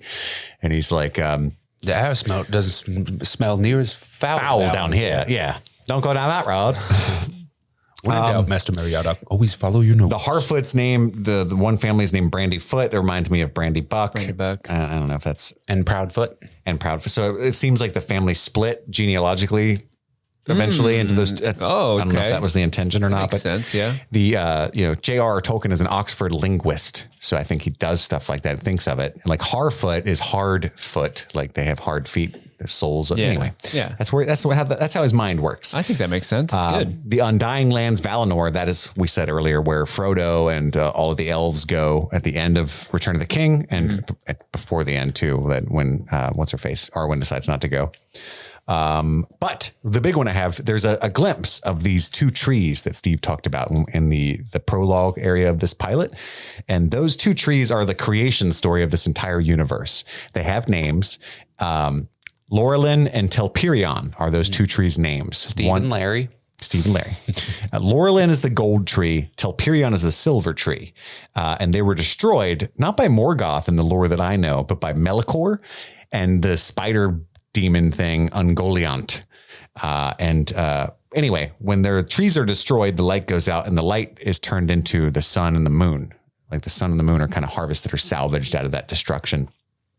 And so it was just really neat to see those two trees, like some when deep, you said lore. The world was too young for a sunrise, they meant that literally. Literally. Like there is no sun. Yeah, it was just always bright from those trees. And now there's a sun and a moon from Laurelin and Telperion. So Very cool. I like that. And now that brings us to our old Toby, the finest scenes in the South Farthing. Our top 3 favorite moments of the episode. Steve, what's your number 3? My number 3 is the little chat that Elrond and Galadriel had in the glade while the fireworks are going off above them. I really liked just how much character that discussion between the two of them really gave. And you can really see, I enjoy seeing this friendship budding because that's not a relationship you really get to see in the original trilogy of Lord of the Rings films. You see it a little bit in the Hobbit trilogy of Elrond and Galadriel knowing each other. So it's good to see these characters interact. And I really thought the cases that they were giving to one another for their motivations were very, well written, and, I could follow it pretty well. And I just like that little extra bit of lore building of like, we carve everyone who died into these trees as like a monument. It's like, man, that took a while. Right. It took a long ass time. How many? Did you see that big pile of helmets? We're That's a lot of literally people. immortal. So we don't worry about time. Then they accidentally fuck it up and like, fuck. Cut another one Cut down. it down. Start over. You got to cut it down, plant a new one, and then wait for that one to grow, and then you carve it. When you're immortal, you can do that. That's fair. It's like 50 years. But another thing I really want to touch on that scene is because the fireworks are going off the whole time. And I really love the lighting that they utilize in the scene with the constant little bursts of light that are kind of going all over them. It was a very unique way to shoot that scene. This very, there's a huge celebration happening outside in the city, but there's no celebration happening here. They're like, literally has no reason to celebrate, but she's being lit by a celebration. I thought that was a really good visual. A lot of good visual cues in this episode. Some Gorgeous good show. filmmaking on display. Yeah.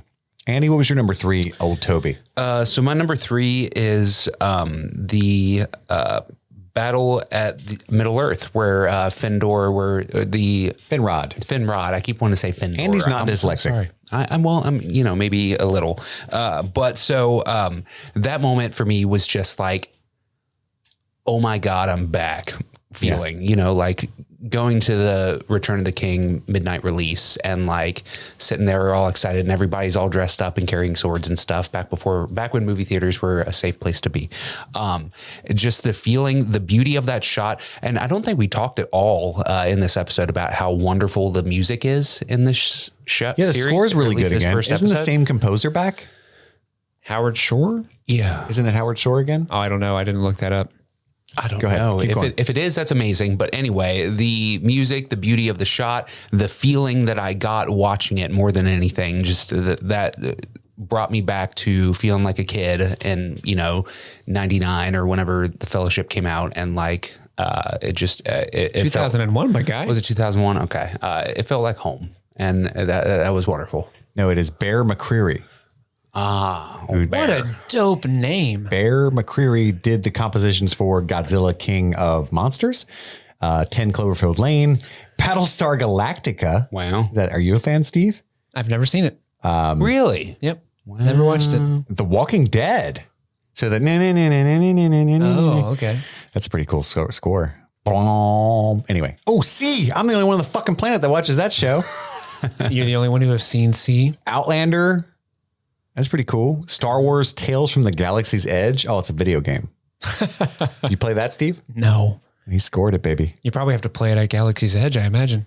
Well, this is a come up for that dude. Holy shit. Yeah. Bear McCreary, baby. Wow. Good score. My number 3 is Galadriel on the boat. A lot of it didn't quite work for me a little bit, right? Like Andy was saying, the hand outstretched, stuff like that. But like that dude who wants her to, like, I almost said it in a really bad phrasing. The dude who wants her to come with him to the Undying, it's a little corny or whatever. But the whole idea of the line of Finrod referenced back in the beginning that was whispered that we now get to hear. And I thought that Morfydd Clark was fucking absolutely incredible at her portrayal of Galadriel and just in general in this episode. I like her character a lot. So all in all, I thought it was a really powerful moment emotionally for me. Like it all, ultimately I had some issues with how some of the executions, but it worked. I was very invested and I understood the sacrifice that she was making. I thought it was super cool. And I have this interesting experience now of like thinking of Galadriel as I know her and imagining all of this as canon that she's gone through and being like, all right, bad motherfucker. Now she's just giving out bread and shit, but she's a bad motherfucker. I give you rope. Tell me, You haven't got any more than daggers. did you give them my rope? I was very attached to that rope, Galadriel. We've talked about this. I only want the rope. You gave the dwarf what? It's not a dwarf. That's disgusting, Galadriel. Why would you give him hair? Hair from where? Sorry, I went there. From your head. Steve, what's your number 2, old Toby? My number 2, old Toby, is just the opening, just that battle sequence. Even though it was like super short and short-lived, I just really, really liked it. And then It was dope. also, if you like extend it even to, now you're gonna make me want to say Finrod. It is Finrod. Finrod. Okay, Andy's got me second guessing myself, not second breakfasting myself, second guessing myself. What about third guess? Just like Finrod's little speech to her, and like I really liked his. Even though these were very short scenes, but they like really, really were well done, and they really I think hit. It was a good intro. Yeah. So like and kind of like what Andy was saying of like feeling like you're home again. Yeah. Seeing that orc get bullseyed in the mouth with an arrow. I'm like, I like to think Legolas is just off screen giving old Finrod a nod. Like, I got you, boo. Yeah. So that's my number 2.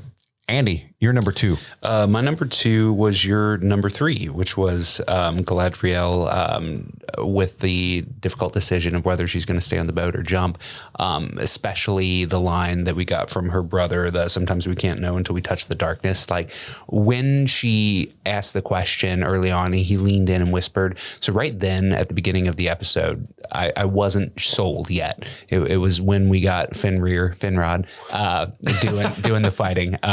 Did you just wink at us, you rascal? So that was when I got sold. So like when the brother was leaning in and being like, and I was thinking that we're never going to find out what it is. I was like, oh no, the show is not going to hit the way I want it to. But then when it was revealed what the actual comment was, I was like, oh shit. Like that was not it was a tone that I didn't expect from the show and from the writing, I should say, and as you already said, like the emotional impact of it, not all of it worked for me, but specifically utilizing the callback to the whispered comment and that combined with like the knowledge that character is past and the symbolism of the dagger, I thought that it was really effective scene. Absolutely. My number 2 is the snow troll. I thought that was a really cool battle sequence. I was a little weirded out by the sword launch. I'm going to watch it very closely a second time, but all in all, I thought that was awesome. The way that she completely dispatched the snow troll, like some cool diving under / the blood like splashed into the camera at one point, digitally, of course, but still super cool. Yeah. And I thought that's the way I expect elves to be. We don't see too many elves, and everyone we do see is a fucking super badass in the Lord of the Rings movies. Like the Helm's Deep battle has a lot of elves. Including me.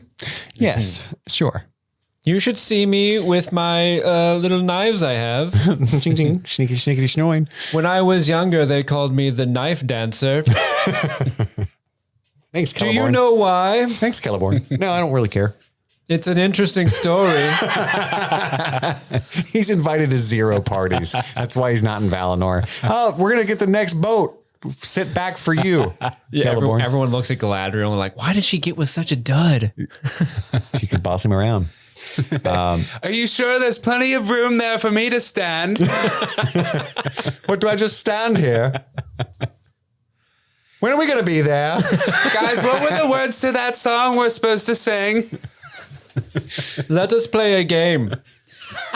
We shall call it What is he? I Spy.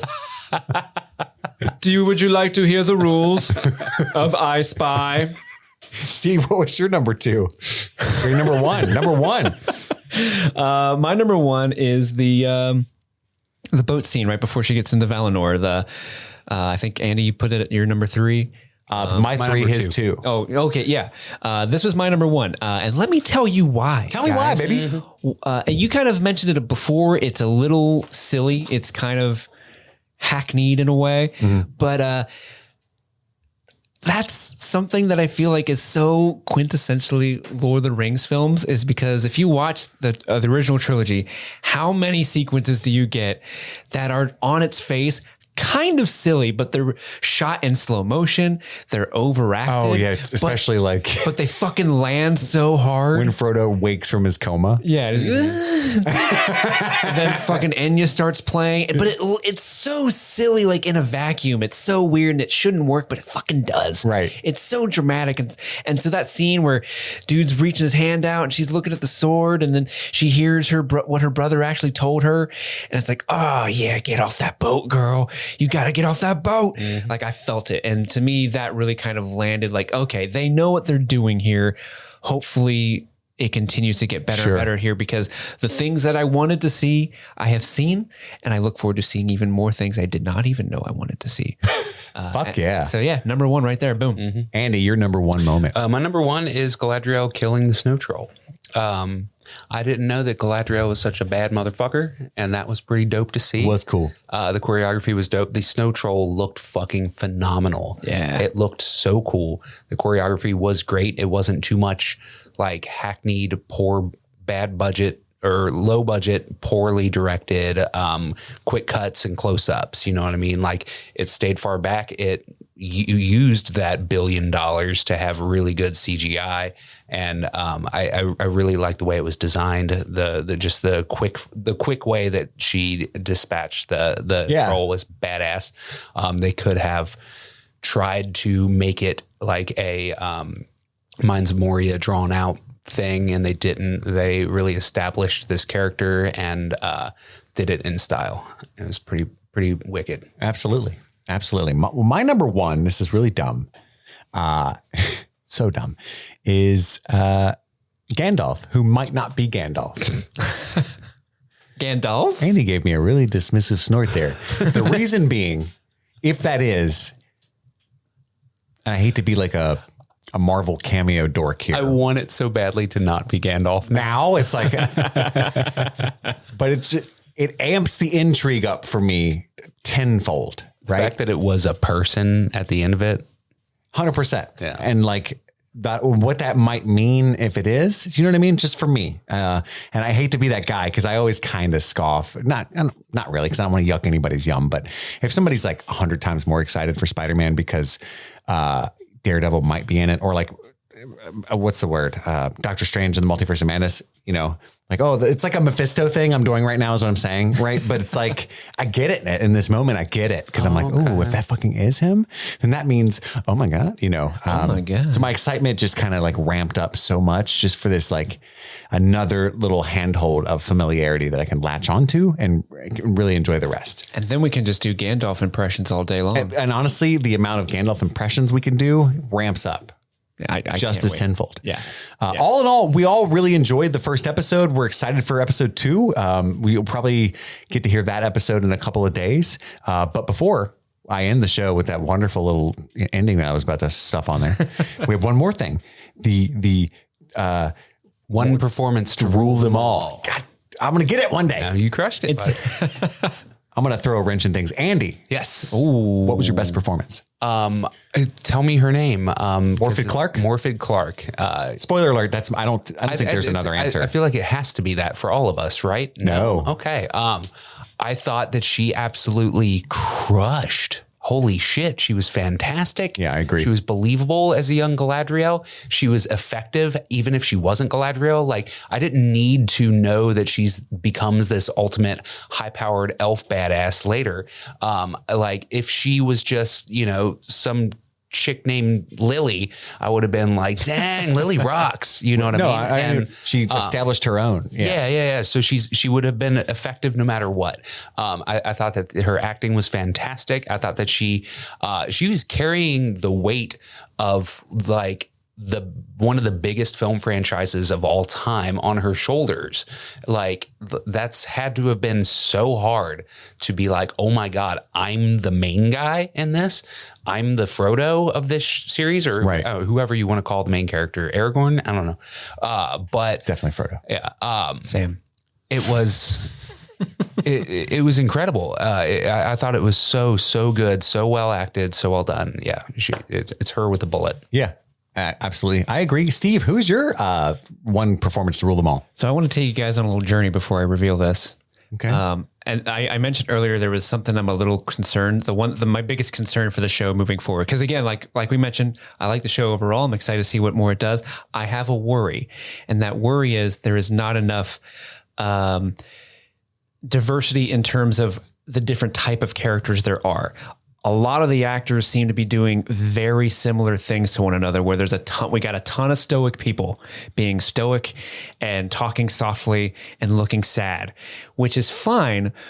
But Lord of the Rings, to me, there's a lot of characters making huge, big choices. Some of them are silly, and we haven't possibly even like really gotten to those characters yet. Right. There looks to be some, Sardok, is that his name? Sardok seems like he might be a fun little silly character. But when you think of it, like Lord of the Rings, Sadok, excuse me. You had Frodo, who was being super serious, but then the other three hobbits were kind of bigger and larger than Potato. You had Plus you had Gollum. You had Gollum being his Gollumy self. You had Ian McKellen just crushing as Gandalf. You had Legolas being he was an elf, but he still had a little bit of a smirk to him. And then, boy.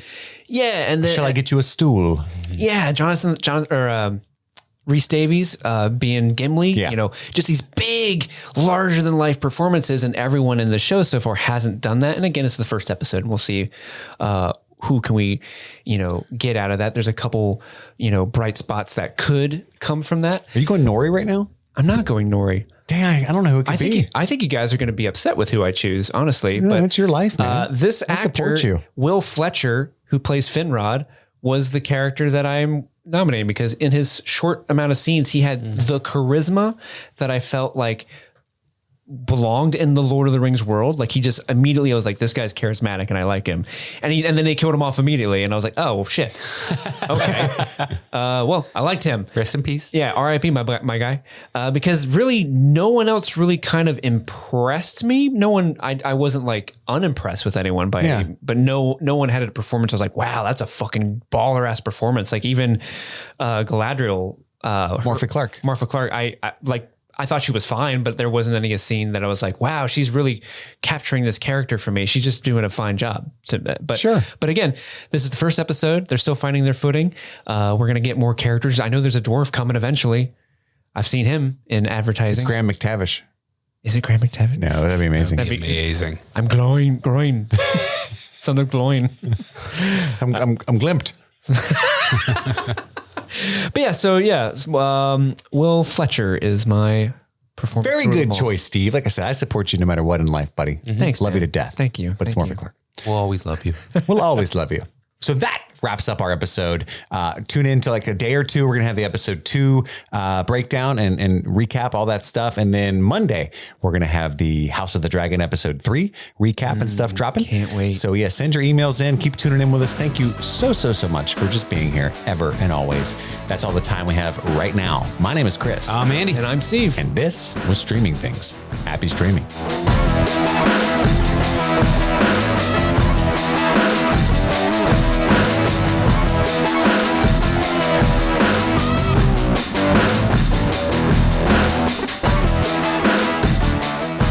It is time for us to do what we do best, and that is thank the patrons. These are the people that are keeping the lights on over here at Streaming Things. And just so you guys know, we are doing a different method of Patreon shoutouts, but that will not begin until the House of the Dragon episode 3 episode that drops on Monday. So until then, everything is normal as it always has been. This just gives people more of a chance to sign up and upgrade their tiers before we lock it down for the month, right? So without further ado, let us thank our beloved patrons. Thank you so much to A. Wells, Aaron B., Aaron K., Aaron Locke. That's right. I'm doing full names now if they're provided. So God help me. I am going to mispronounce a lot of these. So if I mispronounce your last name, just let me know how you would like me to pronounce it. I don't know why I am talking in a sing-songy voice. Thank you, Aaron Armstrong, Adam Casson, Adam Horn. I liked, Adam, that you you made note that it's not, the E at the end is not pronounced so here. It's not Adam Horny, which sounds kind of funny. Adam Horny. but it's not that. Thank you so much to Adam Raymond, Aiden Forrest, Ali Owald. I'm so sorry, Ali. I don't think I've ever heard your last name actually spoken aloud, so I am sorry for that. Thank you, Amanda King, Amanda Stanford, Amber McVeigh, Andre, Andrew Gray, Andrew Pickering, Andy Lyles, Annalise Rautenberg. Thank you, Annie Hudson, Arcade Shenanigans, Ariana, Arcadia Mills, Aaron Anastasia, Ashley Powers, Austin Huss. Thank you guys. Thank you, Barb. Thank you, Bill Siebold, Brandon Corsentino, Brianna Rivera, Brenda Bren. That's fun to say. Brenda Bren. Thank you, Brett Roby, Brittany Deck, Brittany Sparks. Thank you, Cake. Thank you, Caleb Jeter. Thank you, Caleb Jeter. I don't know why I'm having a hard time. This is the second time I've recorded this. And each time I've struggled on starting the C in Caleb Jeter. I don't know why that is, Caleb. I'm so sorry, but thank you for being a patron. Thank you, Carlo Carino. Thank you, Carmelita Valdez McCoy. I love saying that, Carmelita. I love saying your name, and I've seen your name for years, and I'm so happy I get to say it out loud because it's such a good name. Thank you, Casey Glass, Casey Holland, Casey McCain, Katarina Zay, Chester Copperpot, formerly known as Jack and Daxter. Thank you, Chloe Richardson, Chris DePlanky. I'm sorry, Chris. Thank you, Chris. Thank you, Cindy Miller-Ray, Clay Bennett, Cody Beek, Crystal Trujillo. Thank you, Damian Martin, Danae Fields. Thank you, David Tulumsis. You know, David challenged me. He was like, good luck pronouncing my last name. And boy, you were not kidding. Holy shit. Thank you, David. Thank you, DC Hart. Thank you, Debbie Vervink. Debbie Verving, thank you. Thank you, E. Lopez, Elizabeth Hubbard, M. Versaco, Jose Canseco. Thank you, M. I'm so sorry. I completely butchered that. Thank you, Enza. Thank you, Erica Spice. Erica Spies. I'm just going to say Spies. Erica Spies. Thank you, Irvin Flournoy. Thank you, Gavin Holter, Georgia, Hannah E. Crocker. Thank you, Heath Pennington. I love that name, Heath. Heath Pennington. It sounds so regal. Thank you, Irene Denise Spikes, Jadinklish Morgoon. Thank you, Jocelyn Jacob Cycler. Thank you, Jade, Jake Lenhoff, James Tarkey, Jeanette Murphy, Jen Robinson. Thank you, AJ. Thank you, Jennifer Knopfsinger. Thank you, Jenny. Thank you, Jess. Thank you, Jess R. Thank you, Jesse. Thank you, Jesse Maynard. Thank you, Jessica L. Kraus. Thank you, Jessica. Thank you, Jillian Blackburn, Jillian Lube. I'm so sorry, Jillian. Thank you, Jillian Morgan. Thank you, Jimmy Gadd, Joel Archer, Joel Diamond, John Collins, John Maddox, John May, John T, John Rustin. It's the Johns. That sounds weird. I'm sorry. It's my friends, the Johns. Thank you, Jordan. Thank you, Jordan Wood. Thank you, Josephine Newbert. Thank you, Joyce Siller. Thank you, Judy Ball. Julia oh my goodness, I'm so sorry, Julia. I'm never going to pronounce that. Your last name is confusing and intimidating, but thank you. You're awesome. You're not either of those things. You're amazing. Thank you, Julie McGrath. Thank you, Jungle. Thank you, Justin Idleheat. Thank you, Kalisha, first of her name. Oh yeah, I read the note, Kalisha, first of her name. Thank you, Candace Worth, Kate, Katharina, Katie Blair, Katie Morgan, Kayla Higgins, Carrie, Kevin Strother, Kiki Newton. Thank you, Kiki. Kimberly Porton. Thank you, Cody Stevens, Kristen Wessel, Kyle Willard. I love that guy. Thank you, Lady Priss. Thank you, Lauren Waller, Lee. Thank you, Linus Gran. Linus challenged me to pronounce that last name. Gran? Let me know how I did, Linus. Thank you, Lisa L. Thank you, Lizzo. She called me out. I've been saying Lizzo, and apparently that's wrong. Thank you, Lizzo. Thank you, Max Squared and Dan Squared. Dan asked if they could be said right before their friend Max. So Dan Squared and Max Squared. Thank you guys so much. Thank you, Mallory Drake. Thank you, Mandy Spears. Mandy, oh my God. Thank you, Marcel Dave Abriol. Thank you, Marcelina, Marcus, Maria, Matt Unden, Melina, Melissa McGee, Mel's, Michelle Moore, Mike, Mindy, MJ, Monique Wilshire. Thank you all so much. Thank you, Nate Sussman, Neil Wagner, Nick Nolte. Thank you, Nicole C. Thank you, Nicole Cassis. Thank you, Orion Moore. Thank you, Paula Garcia, Patty McCabe, Philip O. Thank you, Rachel Barron. Thank you, Rachel M, Rebecca Hill, Reese Koski, the Reed family, Robin Punsalan. I'm so sorry, Robin. I know. You ever do something, you just realize you fucked up. I totally messed up your last name, but thank you so much, Robin. Thank you, Ryan Holmes, Samantha Snyder, Sandra A, Sarah Furman, Sarah and Spencer. Thank you both. Sarah Ampersand Spencer. Thank you. Thank you, Savannah Lands. Thank you, Sean. Thank you, Sean Callahan, Sergio Zacchio. I'm going with that. Sounds cool. Thank you, Shannon Myers, Shannon Timchula. That's fun. Thank you, Shay McCullough. Thank you, Shep. Thank you, Stacy with an E. Thank you, Stacy, who has Stacy with a Y. So it's a good differentiation. Thank you, Stephanie Lidbetter Illustration. I hope that's your real name. Thank you, Stephanie Pegali. Thank you, Stephanie. Thank you, Stephen the Fifth. I'm still going to call you Stephen the Fifth because that's a dope nickname. Thank you, Suzanne Rode. Thank you, Sydney Day, Tabitha Ray, Tamara Dale, Tara, Taylor Juarez, Teresa Savage, the Alex G. Thank you, Thomas Jackson. Thank you, Thomas Vanderheiden. Thank you, Thumbs. Thank you, TJ Himes. Thank you, Toby Derry. Sorry, my notes app is like splitting up the word so that like it's almost like I can't even make out what it's said. It's like illegible. So I'm trying to decipher it as I'm reading here. So I think there's Toby Mann, and then there's Toby Derry.